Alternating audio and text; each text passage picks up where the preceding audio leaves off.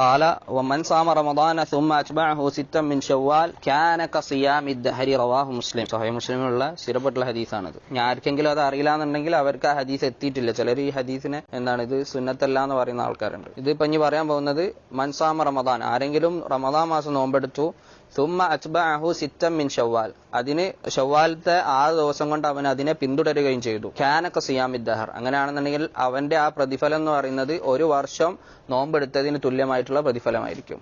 അതായത് സിത്ത മിൻ ഷവ്വാലാണ് ഇവിടെ ഉദ്ദേശിച്ചിട്ടുള്ളത്. നമ്മുടെ നാട്ടിൽ ചില സ്ഥലത്തൊക്കെ കുടുംബത്താർ എന്ന് പറയും, കുടുംബത്താറിന്റെ നോമ്പ്. എന്താണ് അങ്ങനെ പേര് വന്ന അല്ലാഹു അഅലം. അസിത്ത് മിൻ ഷവ്വാൽ, അതാണ് ഉദ്ദേശം. ഷവ്വാലിന്റെ നോമ്പ് 6 ദിവസത്തെ നോമ്പ്. അപ്പോ പെരുന്നാൾക്ക് ശേഷം ഷവ്വാൽ എപ്പോ പിടിച്ചു കഴിഞ്ഞാലും ഇത് ശരിയാവുന്നതാണ്. തുടക്കത്തിലായിക്കോട്ടെ, നടുവിലായിക്കോട്ടെ, അവസാനത്തിലായിക്കോട്ടെ. പക്ഷെ ഏറ്റവും ഉത്തമം എന്ന് പറയുന്നത് ഏറ്റവും പെട്ടെന്ന് പിടിക്കലാണ്. കാരണം അതിന് തെളിവ് എന്ന് പറയുന്നത് സൽക്കർമ്മങ്ങളിലേക്ക് മുന്നിടാൻ പറയുന്ന തെളിവുകളാണ്. സാരിഉ ഇലാ മഗ്ഫിറത്തി മിർ റബ്ബിക്കും അതുപോലെ തന്നെ ഫസ്തബിഖുൽ ഖൈറാത്ത് വസാബിഖു ഇലാ മഗ്ഫിറത്തി മിർ റബ്ബിക്കും. ഇതൊക്കെ സൽക്കർമ്മങ്ങളിലേക്ക് നിങ്ങൾ മുന്നേറും എന്ന് പറഞ്ഞിട്ടുള്ള ഹദീസ് തെളിവുകൾ വെച്ചിട്ടാണ് ഈ ഒരു ഉത്തമമാണെന്നുള്ളത് പറഞ്ഞിട്ടുള്ളത്. ബാദിറു ബിൽ അമാൽ ഒക്കെ നബി സല്ലല്ലാഹു അലൈഹി വസല്ലം പറഞ്ഞായിട്ട് വന്നിട്ടുണ്ട്. അപ്പൊ ഏറ്റവും ഉത്തമം പെരുന്നാൾ കഴിഞ്ഞതിന് ശേഷം തന്നെ തുടർച്ചയായിട്ട് പിടിക്കലാണ്. പക്ഷെ ആ മാസം എപ്പോ പിടിച്ചു കഴിഞ്ഞാലും ഇൻഷാ അല്ലാഹ് എന്താവും, അതിന്റെ പ്രതിഫലം കിട്ടും. അതുപോലെ തന്നെ വിട്ട് പിടിച്ചാലും പ്രശ്നമില്ല. 6 എണ്ണം പിടിച്ചാൽ മതി, മൊത്തത്തിൽ 6 എണ്ണം പിടിച്ചാൽ മതി. അപ്പൊ ബാക്കിയുള്ള സമയത്ത് പിടിച്ചു കഴിഞ്ഞാലും കുഴപ്പമില്ല.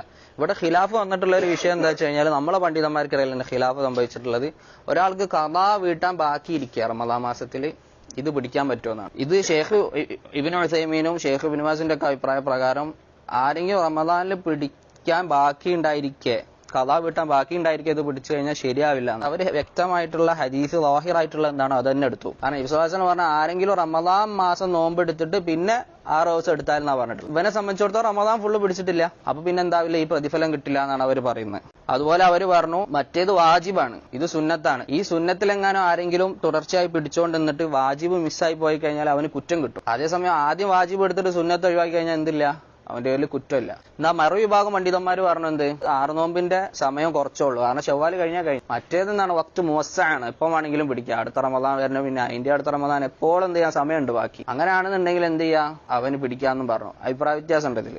എല്ലാം കൊണ്ട് ഉത്തമമായിട്ടുള്ളത് ഫസ്റ്റ് ഫർദോണ്ട് തുടങ്ങലാണ്. അതാണ് ലാഹിറായിട്ടുള്ള ഹദീസ്. ആരെങ്കിലും റമദാൻ മാസം നോമ്പെടുത്ത് പിന്നെ 6 ദിവസം എന്നാണ് പറഞ്ഞിട്ടുള്ളത്. അപ്പോ ഏറ്റവും അഫ്ദല് അവന്റെ ദിമ്മത്തിനും ഒക്കെ ഏറ്റവും ഉത്തമമായിട്ടുള്ള എന്താണ്, അവന് നിർബന്ധബാധ്യത ആദ്യം ഒഴിവാക്കലാണ്. ഈ സമയത്ത് നടക്കുന്ന ഒരു ബിദഅത്താണ് ഈ 6 ദിവസം കഴിഞ്ഞാലുള്ള ദിവസത്തിനെ ചില ആളുകൾ ഈദുൽ അബ്റാർ എന്ന് വിളിക്കും. അതായത് പുണ്യവാന്മാരുടെ പെരുന്നാൾ എന്ന്. ഇത് ബിദഅത്താണ്. കാരണം ശൈഖ് ഉസൈമീൻ റഹിമഹുല്ലാഹ് പറയുന്നുണ്ട്, ഈ 6 ദിവസം നോമ്പ് ഒഴിവാക്കിയവനെ സംബന്ധിച്ചിടത്തോളം നമ്മൾ എങ്ങനെ അവന് പുണ്യവാനല്ല എന്ന് പറയാൻ പറ്റുക? കാരണം അത് സുന്നത്താണ്. ഇല്ല, ഇപ്പൊ ശരിക്കും എന്താണ് 6 ദിവസം എടുത്തവന് കൂടുതൽ പുണ്യം ചെയ്തിട്ടുണ്ട്, സംശയമില്ല. പക്ഷെ ഇവൻ പുണ്യവാനല്ല എന്ന് തന്നെ എങ്ങനെ പറയാൻ പറ്റുക? അതിനേക്കാൾ അപ്പുറം ഇതിനൊന്നുമില്ല, ഒരു അടിസ്ഥാനമില്ല. നബി സല്ലല്ലാഹു അലൈഹി വസല്ലം അങ്ങനെ ഇതിനൊരു ഈദാക്കിയിട്ട് ഇസ്ലാമിൽ വെച്ചിട്ടില്ല. അപ്പൊ അത് ബിദഅത്താണ്. പിന്നെ അതുപോലെ ചില ആളുകൾ തെറ്റിദ്ധരിച്ചിട്ടുള്ളതാണ്, ഏതെങ്കിലും ഒരു വർഷത്തിൽ 6 നോമ്പ് എടുത്തു കഴിഞ്ഞാൽ പിന്നെ എല്ലാ വർഷത്തിലും നിർബന്ധമാവുന്നു. അങ്ങനെയല്ല, ഇത് സുന്നത്താണ്. ഒഴിവാക്കിയാൽ അതിന്റെ പേരിൽ കുറ്റമില്ല. പിന്നെ എങ്ങനെയാണ് ഇവിടെ ഒരു വർഷത്തിന്റെ പ്രതിഫലം എന്ന് പറഞ്ഞുകൊണ്ട് ഉദ്ദേശിക്കുന്നത്? എങ്ങനെയാണ് ഒരു വർഷത്തിന്റെ പ്രതിഫലമാവുക? പണ്ഡിതന്മാർ പറഞ്ഞിട്ടുള്ളത്, ഖാല ഇമാം സനഅനി റഹിമഹുല്ലാഹ്, ഇന്നമാ ശബ്ബഹഹാ ബിസിയാമിദ് ദഹർ ലിഅന്നൽ ഹസനത ബിഅശ്രി അംസാലിഹാ ഫറമദാനു ബിഅശ്റതി അശ്ഹുർ വസിത്തും മിൻ ശവ്വാൽ ബിശഹ്റൈനി. സുബുലുസ്സലാം, ബുലൂഗുൽ മറാമിന്റെ ഷർഹാണ്. സുബുലുസ്സലാം 1ാമത്തെ വോളിയം 582ാമത്തെ പേജ്.